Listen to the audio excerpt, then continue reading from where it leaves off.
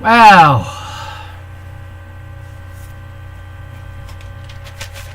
yeah, methinks this is legit.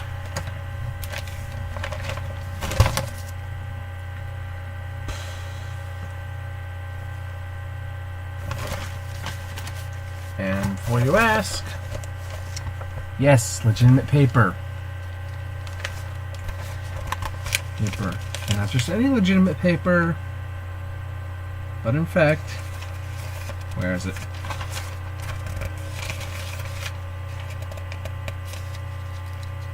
Oh, that's right, I took it out of it. But in fact, legitimately,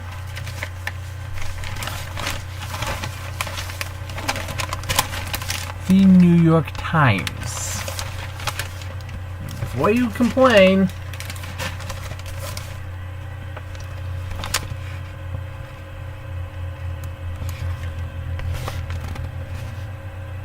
I don't think you can see it very well, but it says right there near the corner A5.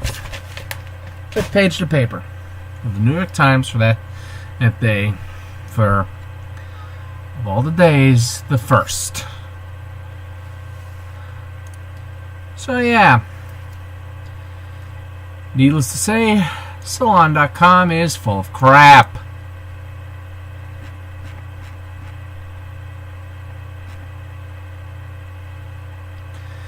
And of course, there's all kinds of them saying, "Oh, that article is real. That article is real." I think I just proved it was real again.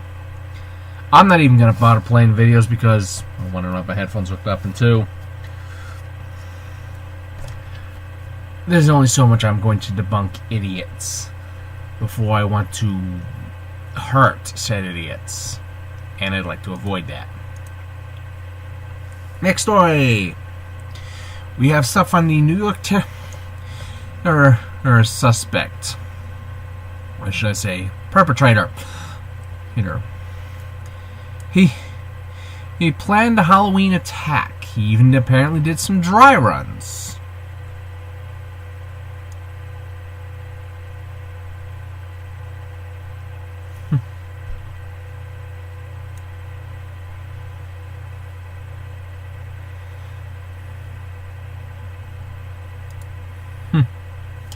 In a criminal complaint released last night, the FBI officially charged suspected terrorists Ayatollah Saipov, a Uzbek national, Uzbekistan, who's been living in the U.S. since 2010, so he's been here a while. Thanks, Obama. Thanks, whoever did the diversity lottery. Oh, wait, that's Chuck Schumer. Anyway, if the provision of material support and resources to a designated foreign terrorist organization, as well as violence and destruction of motor vehicles. The complaint, which mostly comprised formal language describing the nature of the criminal charges, also included previously unreleased information about how Saipov planned and executed his attack, as well as how he became radicalized. Saipov apparently adopted his extremist political views after moving to the U.S. in 2010. Yeah, I don't like the look of that guy's face. According to the complaint, Saipov was inspired to carry out the truck attack by ISIS videos he had watched on his cellular phone. Approximately 1 year ago, Saipov began planning an attack in the United States, and approximately 2 months ago, Saipov decided to use a truck in order to inflict maximum damage against civilians. In particular, Saipov was motivated to commit the attack after viewing a video which Abu Bakr al-Baghdadi, I didn't want to try and repronounce that, who based on my training and experience and understand to be the leader of ISIS, questions what Muslims in the United States and elsewhere were doing to respond to the killing of Muslims in Iraq. On October 22nd, Saipov rented a truck so he could practice making turns, then drove into Manhattan twice in the same day, just a few days before he plowed into nearly 24 people on the Lower West Side, according to the feds and law enforcement sources. He used his Easy Pass to drive through the Holland Tunnel twice on October 28th, and his car was also spotted on the George Washington Bridge the same day, law enforcement sources said. So, this wasn't some one-off crazy. This was a plan.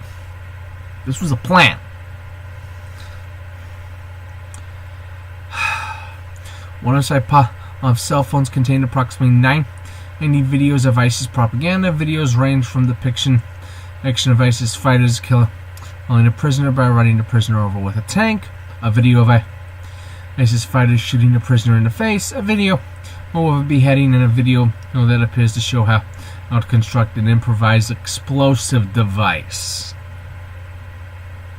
Yeah, at this point I agree with the Donald Trump death penalty. And speaking of terrorist attacks, let's go back to Vegas. Bet you all forgot about this. Yes, I know I did for a minute there. Why has the Las Vegas massacre disappeared from the news cycle? Tyler Durden of Zero Hedge had reporting, well, actually, he more like reporting someone else's. Tyler Durden. Oh, crap. Now I know why that face looks familiar. It's from Fight Club. Talk about having a code name. Authored by John Hall via Free Market Shooter blog. It is without a doubt our news cycle. In the age of 24/7 constant connectedness moves at a breakneck pace. With so much information and news reaching us, it's easy to become overburdened and burned out on the world around us and the things taking place. Oh, I can relate to that. It is true, too, though, that the mainstream media distracts what stays center in the mind of the public and what is allowed to fade away and be forgotten.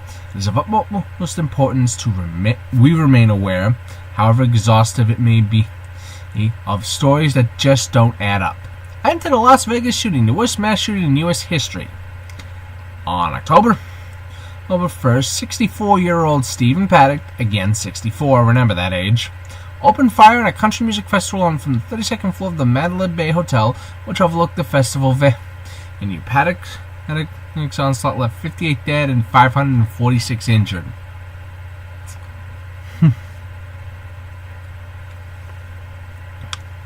A full month later, and we are still without any answers.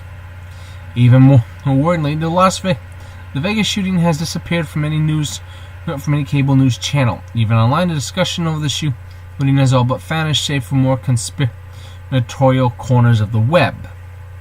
Here are the facts. The official timeline of the Vegas shooting has changed 3 times. Yes, that's a link. Straight to the Gateway Pundit. A week before the attack, Paddock had $100,000 to an account in the Philippines. Paddock also took cruises to ports in the Middle East. Paddock's laptop was also missing its hard drive when recovered in his hotel room. Despite a month of being told otherwise, it has now been revealed that the police did discharge fire in Paddock's hotel room upon entry. But why, if Paddock had already killed himself before police breached the room? He did not. They shot him dead. Jesus Campo also is the security guard who first reportedly found Paddock as he started his killing spree and was shot in the leg in the process. However, he not only disappeared after scheduling several television interviews, but now it's been revealed Campos reportedly left the country just days after the Vegas shooting. And here goes the big question, or a big couple of questions. Why did authorities let Campos leave the country in the middle of an investigation? And how did Campos travel unhindered with a gunshot wound in his leg? Yeah. I'm yelling to emphasize because that needs emphasis. How the heck you pull that off? Answer? You don't. which leaves two possibilities. Either A, he was not traveling alone and had a crap ton of people helping him, all with private comfortable jets and everything, or B, there was no gunshot wound.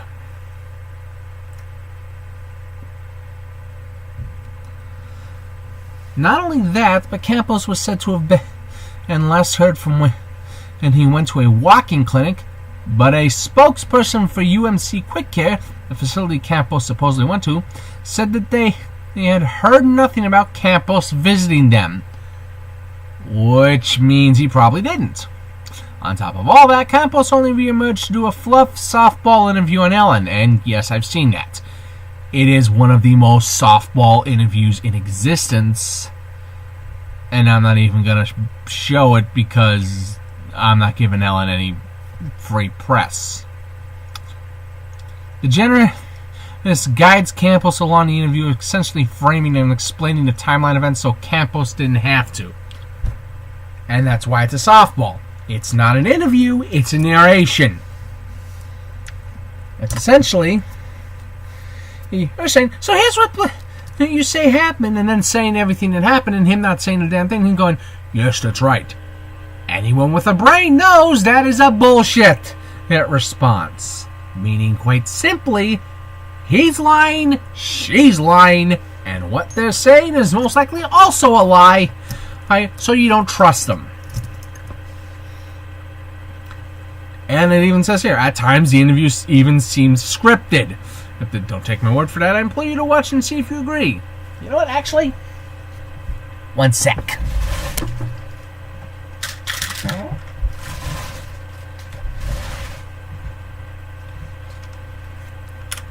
Let's take a listen.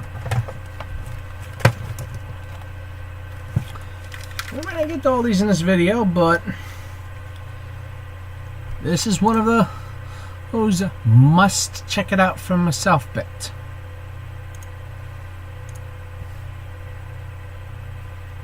Wow, they're pulling that crap, are they?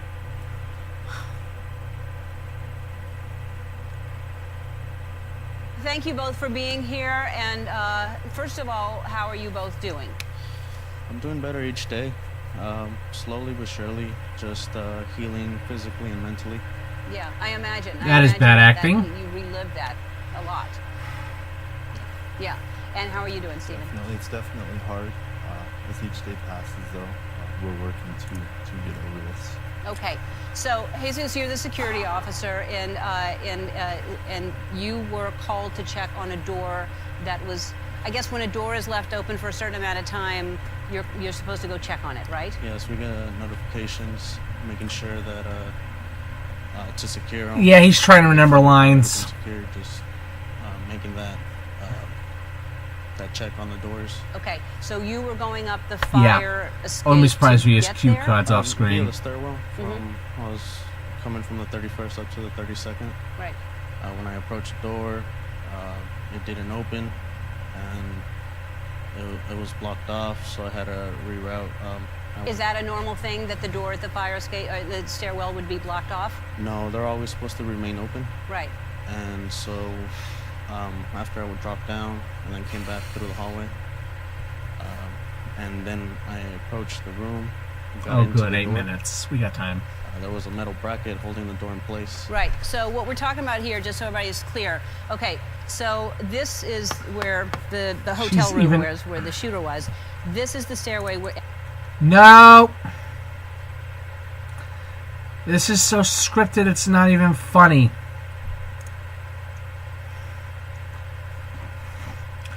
Plainly, things aren't adding up with the Vegas shooting that is being reported, because we're back at Zero Hedge now.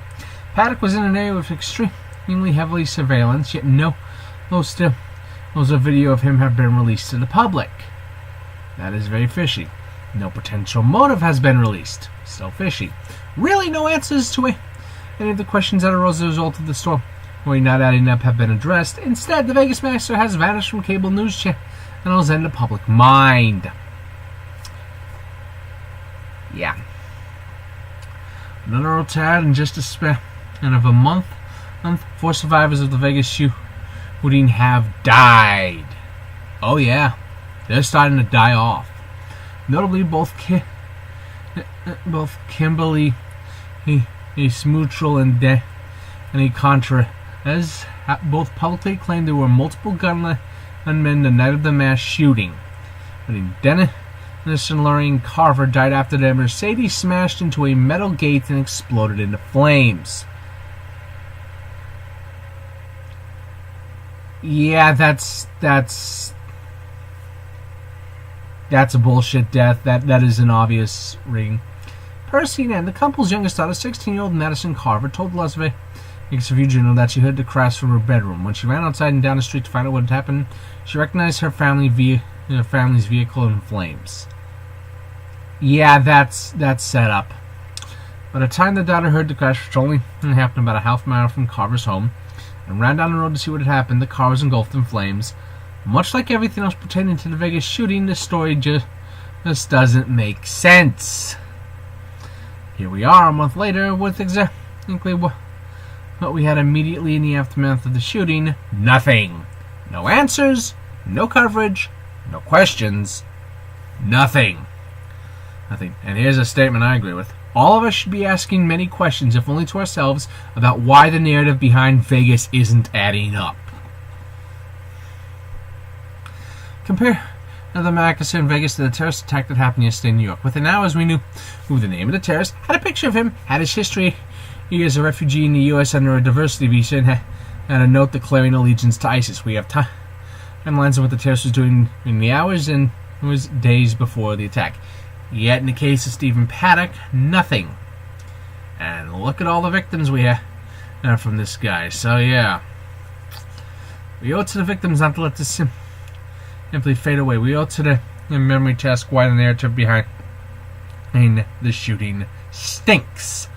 We owe it to their legacy to question and demand answers from public representatives and discussion and Congress is being obviously stonewalled. And oh yeah, it is. Near peep has come from any legacy in media concerning Vegas in the past this month, and that alone should make you question what's really going on. You don't have to delve into conspiracy theories or hack-witted ideas of a hoax. Merely ask yourself, where did the investigative coverage of the Vegas shooting go? Why did the story drop out of the news cycle with so many unanswered questions? You want my theory? They wanted to use it as a way to ban guns to put up what they call common sense gun control. Bullshit. aka just take everyone's guns when they're through, which is their end goal, but no. Yeah, that seems to be what the plan always is, because they were quick on that, even Hillary. The worst mass shooting in America yet, and seemingly everyone has shrugged their shoulders, thrown up their hands, and declared indifference until the next one. And here's a little parody of Jimmy Kimmel. If only we had passed background checks, not just bans, made gun silences illegal, closed the mythical gun show loophole, banned the sale of AK-47s and M16s in the area, and did everything in my tearful monologue. This tragedy still would have not been prevented. It still would not have been prevented. Unfortunately for Jimmy Kimmel, that picture is highly accurate. Oh yeah? Because the reason we say mythical gun show loophole, I dare you. Go to an actual gun show. Find if you can find the nearest one to you and find out when it's happening. Hey, next. Go there and try to exploit the so-called gun show loophole. Watch how quickly you get shut down and potentially reported to the police. And we still got some time. Let's do a little more. A little bit of the better news. Those Republicans unveil tax cut bill. Oh, but the hard work awaits. It's Reuters reporting, and yes, we're doing Reuters. U.S. House of Representatives Republicans unveiled the long-delayed legislation on Thursday. They delivered deep tax cuts that President Donald Trump has promised, setting off a frantic race in Congress to give him his first major legislative victory. And let's see what the press conference says. House House Republicans unveiled their long-awaited tax bill on Thursday. The proposed legislation permanently slashes the corporate tax rate to 20% from 35%. For individuals and families, it reduces the number of income tax brackets to cut their tax rates and doubles the standard deduction. Among other things, it caps the deduction for state and local property taxes at $10,000. It keeps the current tax benefits of 401k and IRA retirement plans. But it caps the interest deduction on home mortgages at $500,000. U.S. equities have rallied in recent weeks, partly on expectations of deep corporate tax cuts, but they were down slightly after Republicans revealed the plan. Bond yields and the U.S. dollar fell as well. Oppenheimer Fund's equity strategist, Callie Leger. If we did get, hypothetically, a massive tax cut that did blow out the deficit, wasn't paid for, and was debt financed, that could be very good for the economic and market outlook. But I think that's still pretty uncertain at this stage. The bill is far from final. It still has to pass the House and Senate. Senate Republican leaders say they aim to get it done by year end. President Donald Trump doesn't want to wait that long. He said he wants a tax overhaul by Thanksgiving on November 23rd. Yeah, I can agree with that bit. 23rd is a good goal to shoot for. Though I want to see it by the 11th at the latest. Yes, it's a Saturday, which means the Friday before that. I better see that pass. Why? Because that gives us time to build to Christmas. And you don't just do these tax cuts for next year. You make them retroactive for this year, going back to January 1st. Why? Because it's going to give all the tax preparers headaches. Not so much anyway. It'll make it easier. But at the same time, it'll make everyone suddenly want to move in quicker. It'll put more money in people's pockets. It'll do more good things for people. This is stuff you should do. Okay, let's get back to the story. The 429-page bill, don't think that's high. The current tax code is in the thousands. Representing what would be the largest overhaul of the U.S. tax system since the 1980s. Again, thousands. Called for slashing the corporate tax rate to 20% from 35%, cutting tax rates on individuals and families, and ending certain tax breaks for companies and individuals. Congressional passage of this legislation would affect nearly every U.S. company and family. Let me try that passage again. I flubbed. Congressional passage of this legislation that would affect nearly every U.S. company and family was far from certain, and some business groups quickly came out against it. Yeah, because they have stuff to gain that they think they have to gain if it stays in place. Follow the money, all that. Or just follow the idiocy, because sometimes it's stupid motivating them, not green.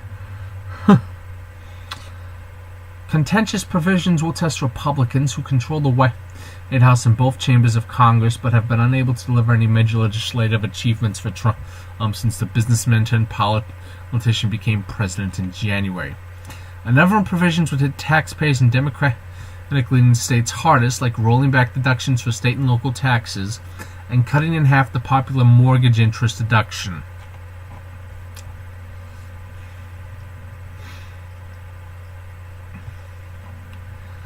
The legislation called the Tax Cuts and Jobs Act produces new advantages for rich Americans through lowered corporate taxes, is phasing out the estate tax and dumping the alternative minimum tax. This is a very important and special moment for our country, for all Americans. Are we going to let the defenders of the status quo win and then see our country continue down this downward spiral? Republican House Speaker Paul Ryan announced, despite data showing about 8 straight years of economic growth. I'm sorry. Under Obama? Not really. Just because there were jobs doesn't mean people actually like the jobs. The rule of thumb, if you want to grow the economy, it's not just, we want the old guys to do jobs. No. Jobs that pay well, treat their workers well, and that people will want to work at. That's what you need. A lot of the times, that's manufacturing. Why? because they're held to a high standard of what they have to watch out for. Healthcare benefits are always awesome. So is the dental, which I kind of need. And the pays usually make the guys fighting for 15 look like idiots, because it's rarely that low. Unless you're starting out, but that's opening wage. That's always lower than usual.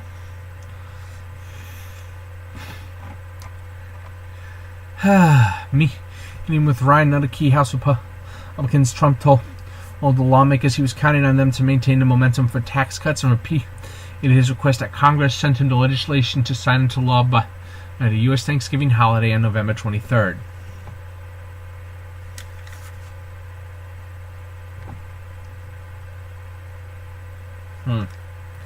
Swear I'm hearing things. But in fact, that might be a time to cut off in a bit. Yeah, because this is a long one. Then again, it's Reuters. I don't know what I was thinking. So, yeah. Oh, in the Daily Caller. Let me see how much time we have left. Ooh. We'll pick this up in the next video because I'm trying to keep he's under a half an hour. But, yeah. Needless to say, short answer for that one for now is, yeah, I'm taking the father side. I don't even know all the details, and I already say, hey, from the headline, I'll take the father side. See you to the next one.